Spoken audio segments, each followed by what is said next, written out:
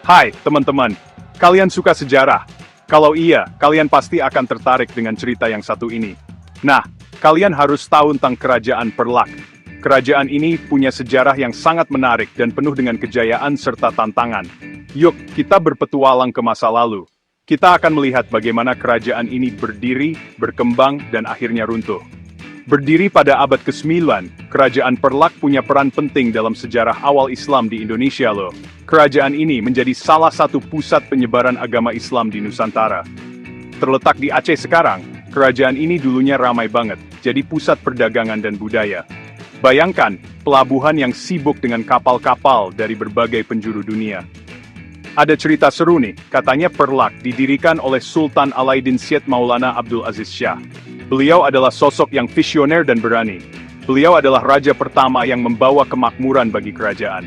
Di bawah kepemimpinannya, Perlak mengalami masa keemasan.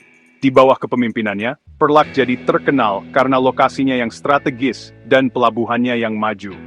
Pelabuhan ini menjadi titik temu para pedagang dari berbagai negara. Pedagang dari seluruh Asia dan Timur Tengah pada datang ke sini.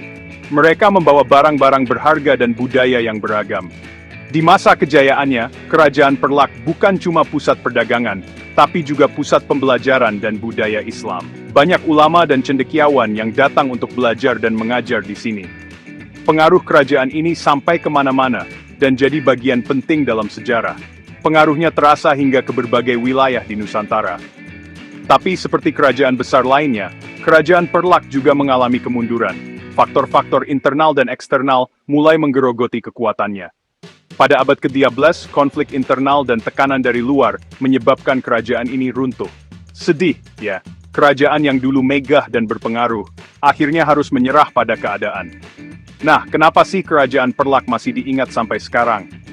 Karena warisan dan pengaruhnya yang besar dalam sejarah Indonesia. Karena kerajaan ini adalah bukti kekayaan sejarah Indonesia dan pengingat akan warisan luar biasa dari peradaban kuno. Kita bisa belajar banyak dari sejarah Kerajaan Perlak, tentang kejayaan, tantangan, dan bagaimana mereka menghadapi perubahan zaman.